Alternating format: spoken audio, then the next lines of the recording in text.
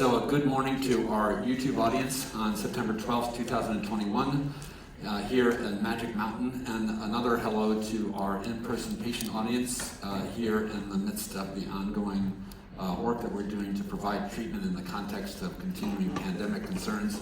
And also hello to those of you who are watching on campus via our live stream capabilities from other settings. So really happy to be here this morning, and I have some of you know a rotating series of topics that take about 18 weeks to work their way through, so I do most topics 2 or 3 times a year. And, but I have a kind of a fresh take on the topic that comes up for this week, and it's sort of synchronicity thing that the topic would come up in this particular week. My topic for today is the issue of loss, and not only are we in the midst of the Jewish high holidays, which is a time of remembrance and looking forward, but of course yesterday was the 20th anniversary of the September 11th memorial, and we're in the middle of Recovery Month, but on the heels of International Overdose Awareness Day. So with those kind of confluent streams of occurrence bringing us to this moment, I have stories that I want to share and stitch together in a message that ultimately has to do with the theme of the day.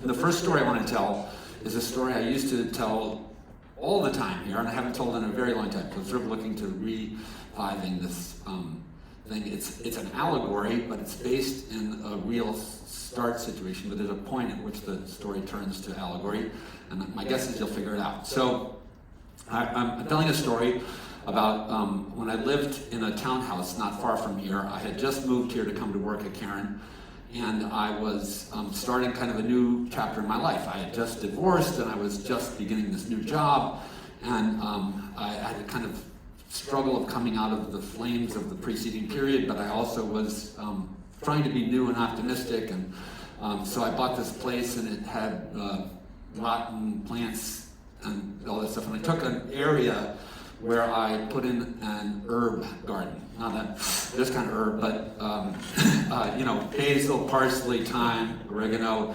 because I love to cook. And I thought this would be, I'm never a horticultural expert, but I thought it would be nice to have herbs to grow and use in the kitchen.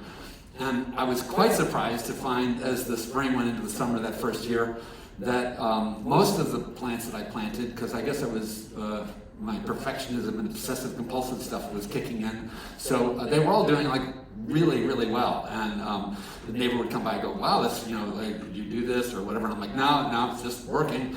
And except I had this one plant. It was a tarragon plant. And I like tarragon. I cook a chicken dish with it and other things. Anyway, this poor tarragon plant was the Charlie Brown Christmas tree of my garden.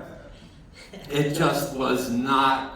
It clearly, as the others began to flourish more, it began to look worse and worse. And so, and I tried more water. I don't know if I moved it in the garden, but I tried everything I could do.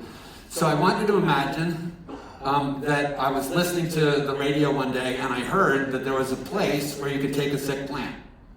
And feeling completely desperate and out of my own level of competency, I thought, oh, this should be perfect. And so I get back to the place to go to the garage. I get a plastic baggie, put on the chair in the car, and I get a shovel and I actually dig the root ball out, and I have a hole there. I pull the mulch aside, and I take this plant and I put it in the car, and I drive using the GPS to this weird place where when I get in and I try and check my plant in for treatment, they tell me it's customary for the plant to stay in care for 28 days for some astronomical sum of money, like $38,000.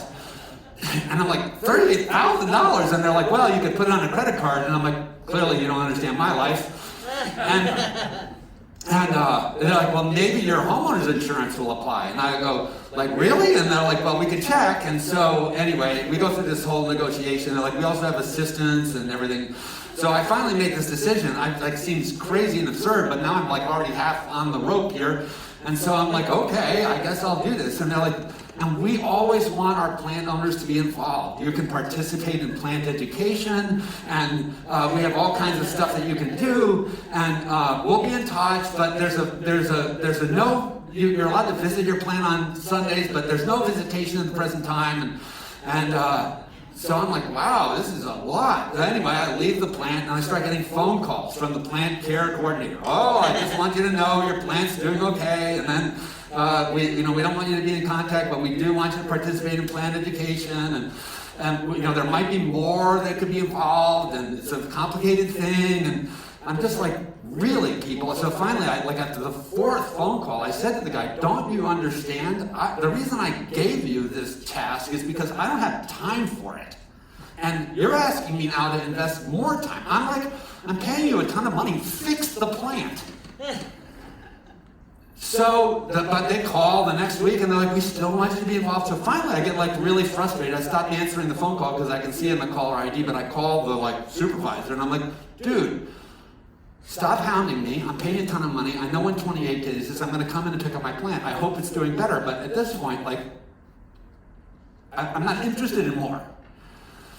So the 28th day comes. I can indeed figure out when 28 days is. So I'm that capable, and I drive to this place. They call it Magic something, and they bring out a plant. I'm sure it's an imposter because the plant looks way better than the day I dropped it off, but I am finally like, oh no, I guess that is my plant. And they're like, can we please talk to you? And they want to talk about different forms of plant monitoring and all kinds of options that I could have. And I was like, gosh, you people just don't listen. I told you, I really am not interested in more. You've obviously done a great job. I need to get, so it's like, I feel like it's a timeshare sale, and I get myself out of there, and I'm so happy because what I'm going to do is I'm going to get back home. And the other day I had a neighbor walk by, and I was like, oh, I see the hole. What are you going to do with that? And I'm like, the plant's coming back.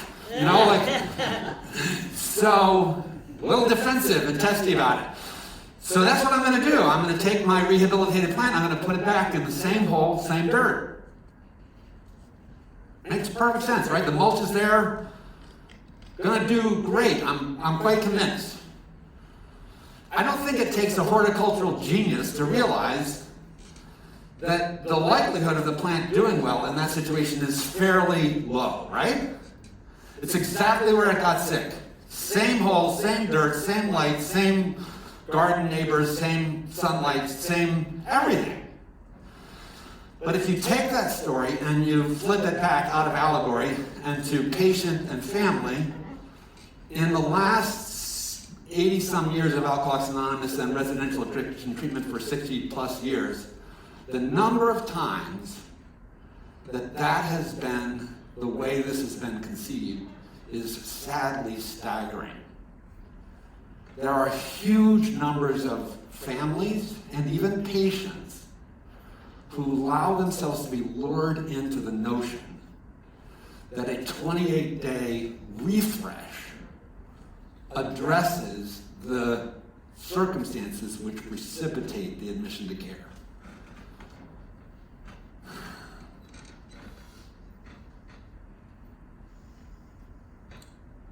Second plant.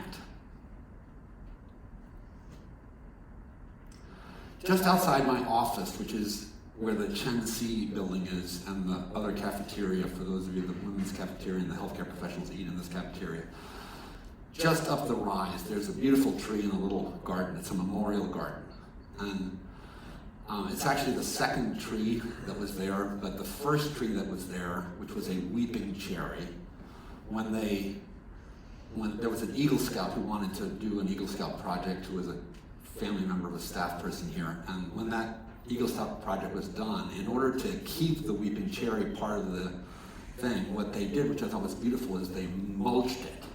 And the weeping cherry is in the ground below the tree that's there. I forget what tree variety it is, but it's a lovely tree. It's a beautiful brick garden. And if you go up there and sit there, you can see named bricks. Because what you may not know is that in the 20 years, and maybe not that long, 15 years since Father Bill started using that as a spot for a memorial tree, when we used to have families come and people would come to chapel, when an alum would pass away from suicide or overdose, we would extend an invitation to them, if they wanted, to bury either a portion of their ashes or some other memorial. There are hats, and there are letters, and there are a variety of things that are buried in the ground right around that, in memory of a tragically large number of kids who have died, and of adults who have died, and of staff members who have passed away, but who have wanted to have a memorial there.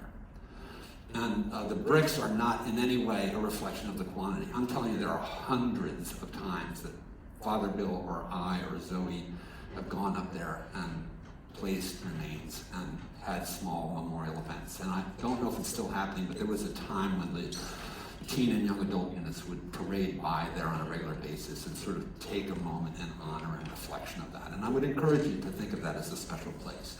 There are two other places where there are memorial bricks on the campus. One is over here by Serena Hall, I think, or the bookstore, and then the other is outside of the detox cafeteria on the outer deck there where you can eat.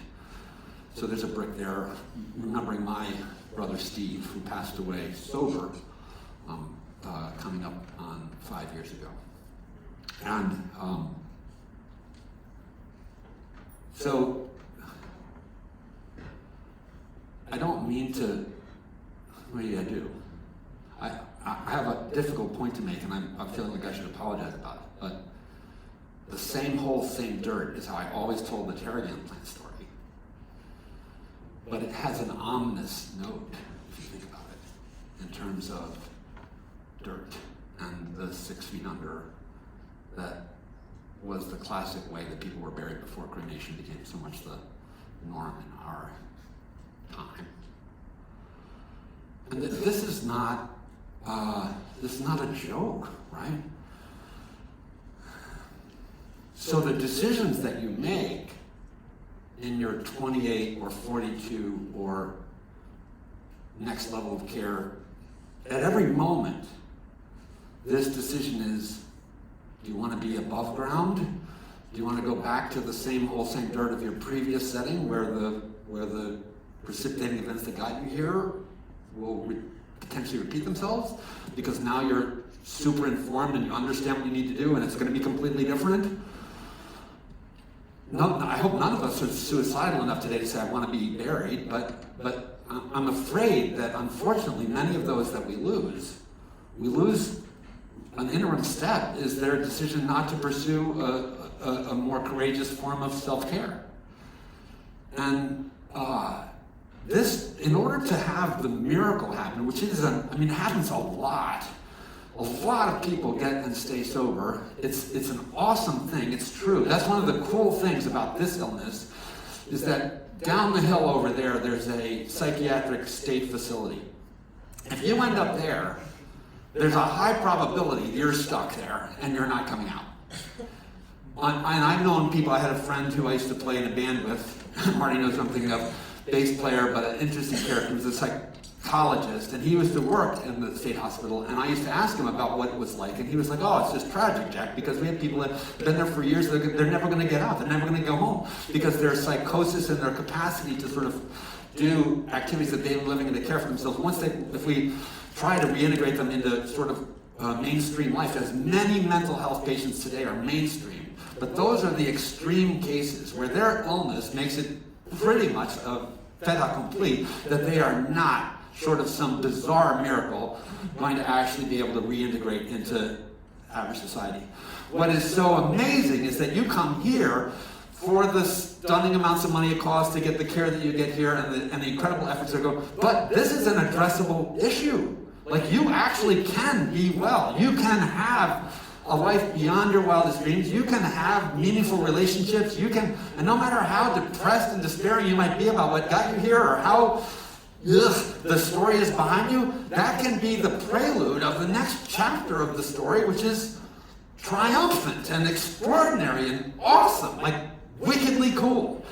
And it's my job to tell you both of those things, that some people die and that many people do not.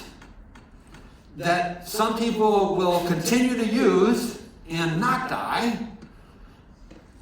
but even those who continue to use will often, because of successive attempts and interventions and practice, acquire The skill and competence, calling it skill and competence is incongruent with the notion of disease, but there's a mastery of what it is to get and stay sober.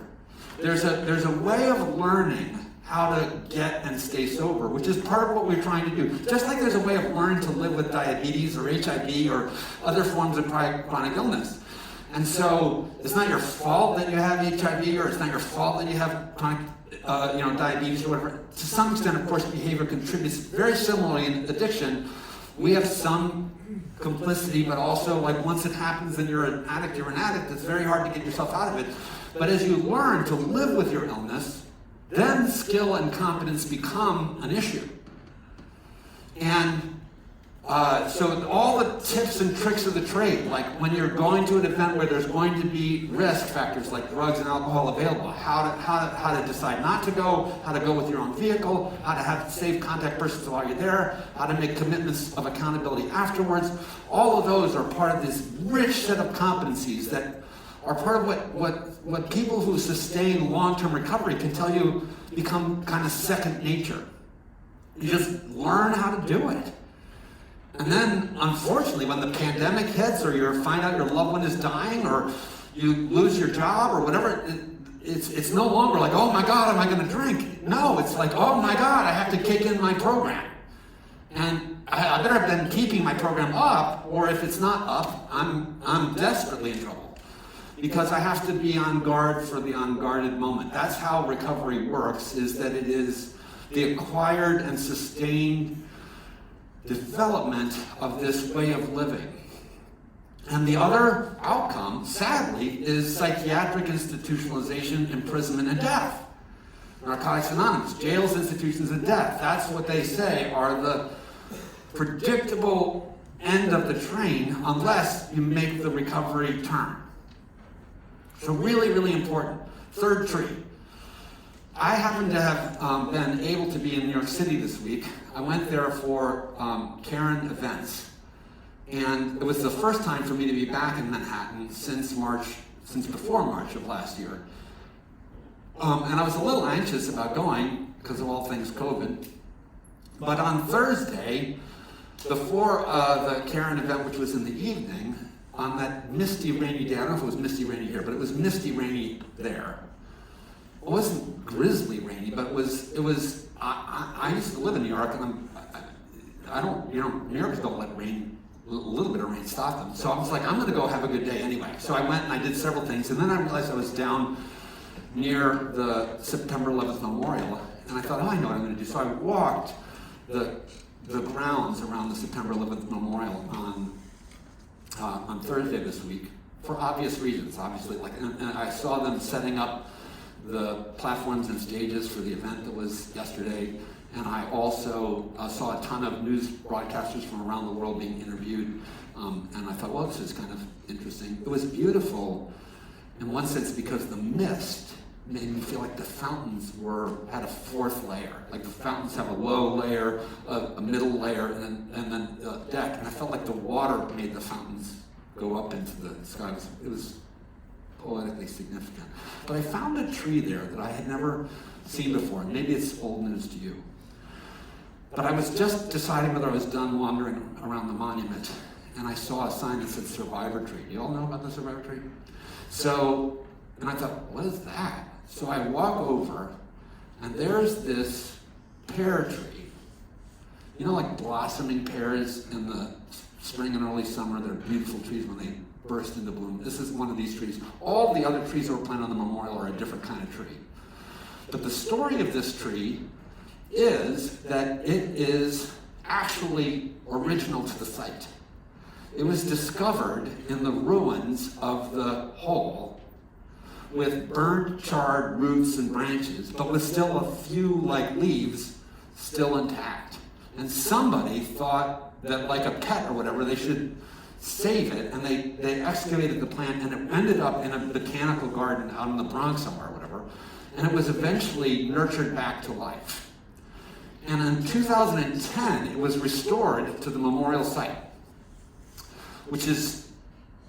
and it's gorgeous. It's a beautiful tree today. It's still there now 11 years later, and there's a plaque that you're going to hear read by Trevor later this morning, which talks about the tree and its significance. And to me, that was going to be the end of my message, was to tell you about the survivor tree and to ask you, instead of being the tarragon plant, same hole or same dirt, or instead of being at the memorial tree, I want you to envision for yourself that you can be the survivor tree. You can be the one who makes it through the fire and that lives to tell your story another day.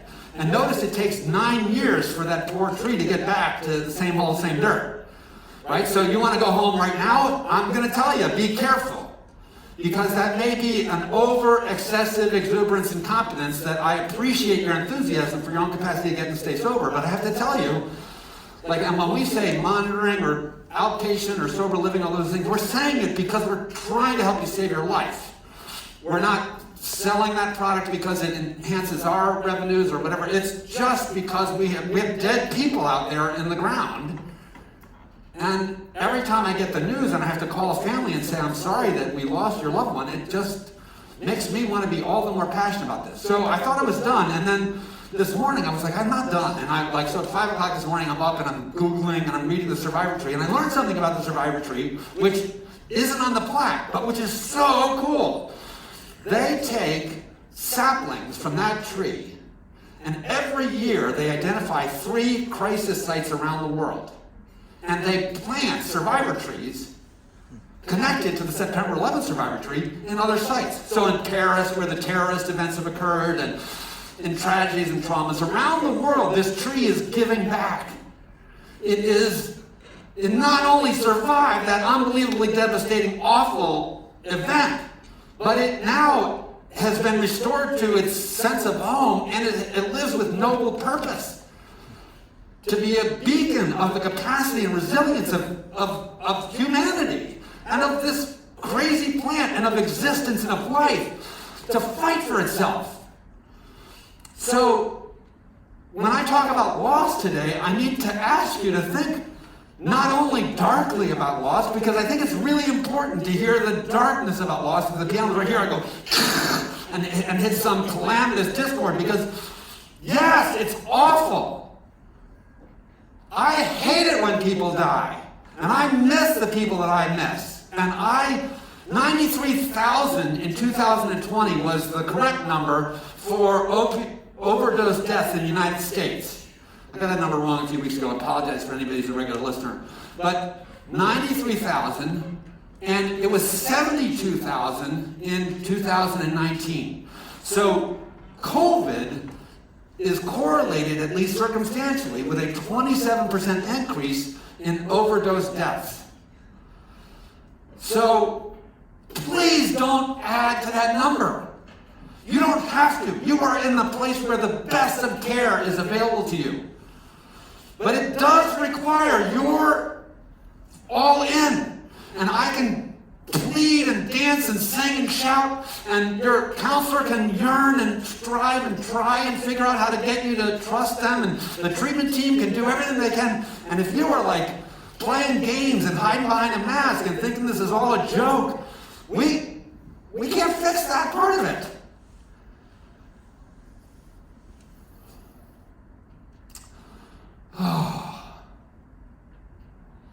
Father Bill used to say, and I'll finish, he used to say, some of us die that others might live. And I struggled with that. As a pastor, I didn't like that message.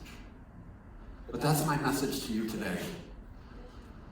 Can we take the losses that we've suffered and make them meaningful by being like the survivor tree, and not only doing what you need to do to get well enough to go home, but then ultimately to be people who not only go home, but help other people in places that are in crisis. That's the vision and hope. Thank you so much.